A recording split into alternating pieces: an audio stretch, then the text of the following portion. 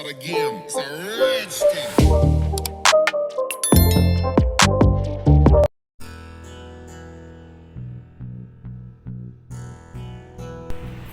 Hi అండి, welcome to షాన్వీస్ kitchen. ఈరోజు అయితే మరో మంచి ఫ్రైతో మేము ముందుకు వచ్చాను.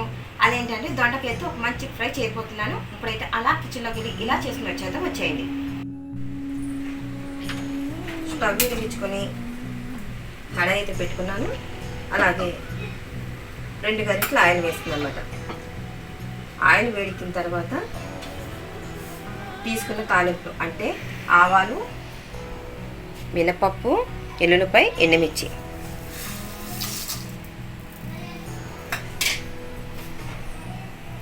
కరివేపాకు, పచ్చిమిర్చి,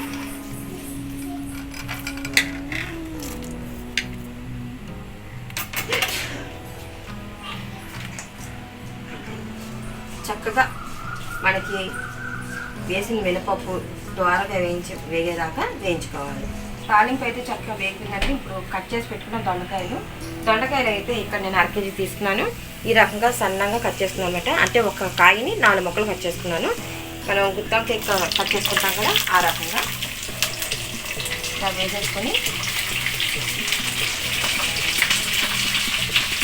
చక్కగా వేయించేసుకోవడము.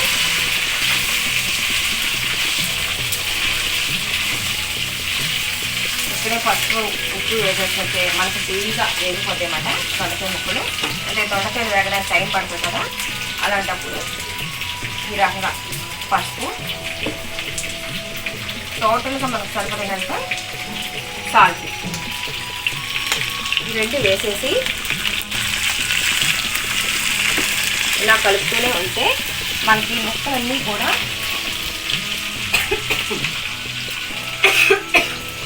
ఈవెన్గా వేగిపోతాయి. పెద్ద మంట పెట్టి ఫ్లేమ్ పెంచండి, మనకి బేగా పని అయిపోతుంది. రెండోది ఈవెన్గా వేగిపోయామాట.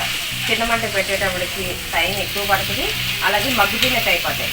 అందుకని ఒక 10 నిమిషాలు ఈ రకంగా పెద్ద మంట మీద వేయించుకోవాలి. దొండకాయ ముక్కలు వేసి చక్కగా వేగిపోయాయండి. చూడండి ఒకసారి. ఈ రకంగా వేగిన తర్వాత ఇక్కడ చిన్నగా మసాలా. ఈ మసాలా ఏంటి అంటే ధనియాలు, ఎల్లుల్లిపాయ. ఈ ధనియాలు, ఎల్లుల్లిపాయ ఎంత తీసుకున్నానంటే చెంచాన్నర ధనియాలు, ఒక 5 ఎల్లుల్లిపాయ రబ్బలు తీసుకున్నాను. ఇప్పుడు ఈ రకంగా వేయించుకుంటున్న దొండకాయ ముక్కల్లోకి డైరెక్ట్గా వేసేసుకోవాలి. ఇవి వేసుకుంటే చాలా చాలా టేస్టీగా ఉంటుంది.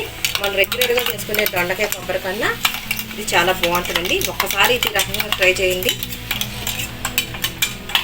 మీరు మళ్ళీ మళ్ళీ చేసుకుని తింటాను, అంత బాగుంటుంది. మీరు కావాలంటే ఇక్కడ జీలకర్ర కూడా వేసుకోవచ్చు.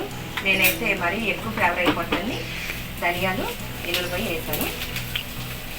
కొంచెం ఈ ధనియాల్లో ఉన్న ఫ్లేవర్ బయటకు వచ్చేంత వరకు వేయించుకోండి, ఒక 2 నిమిషాలు అంతే. చక్కగా మంచి సువాసన వస్తుంది. ఇప్పుడు తురుము పెట్టుకున్న కొబ్బరికాయ కూడా వేసేసుకుంటాను నేను. బా స్మెల్ వస్తుందండి.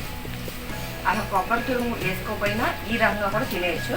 ఎందుకంటే మనం ధనియాలు, ఎల్లుల్లిపాయ వేసాం కదా, ఆ మసాలా ఫ్లేవర్తోనే మనం తినేయచ్చు. కానీ ఈ దొండకాయలోకి ధనియాలు, ఎల్లుల్లిపాయ వేసినప్పుడు కొబ్బరి తురుము వేస్తే మట్టి చాలా చాలా టేస్టీగా ఉంటుంది అన్నమాట. ఇంకా మర్చిపోలేరు, అంత టేస్టీగా ఉంటుంది. ఇప్పుడైతే కొబ్బరి తురుము వేసేసుకుంటారు.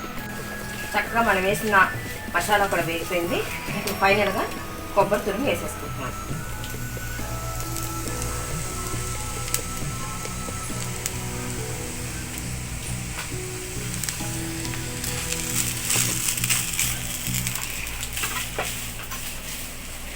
ఇప్పుడు ఇక్కడ కారం కూడా వేసేసుకుంటున్నాను నేను.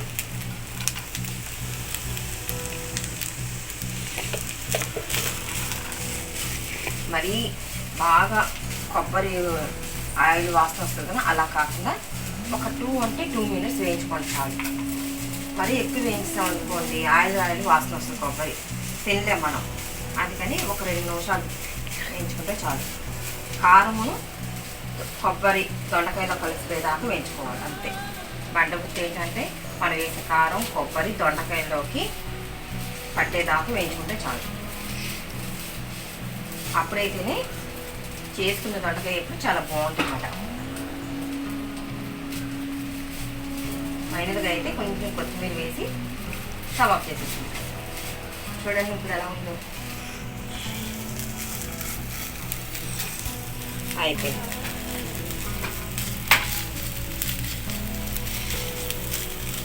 సమానంగా సర్కిల్ చూసారా దొండకాయ కొబ్బరి. నేను ఇక్కడ కొబ్బరికాయ మొత్తం అయితే తురిమానండి. నాకు కొబ్బరికాయలు సగం పట్టిందన్నమాట, ఒక చిప్ప పట్టింది. ఇప్పుడు వచ్చి ఫైనల్గా కొత్తిమీర. కొబ్బరి అయితే చక్కగా వేపింది. కొత్తిమీరని ఇలా ఫైనల్గా వేసుకుంటే చాలు.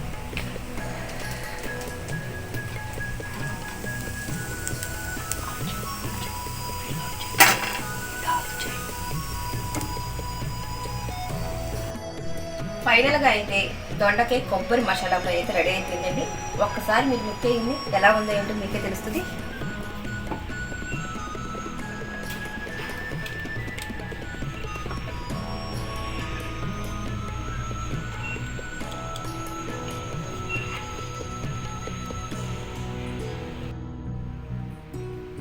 ఏం చేసిన దొండకాయ మసాలా కొబ్బరి ఫ్రై మీకు ఇక్కడ నచ్చిందని అనుకుంటా.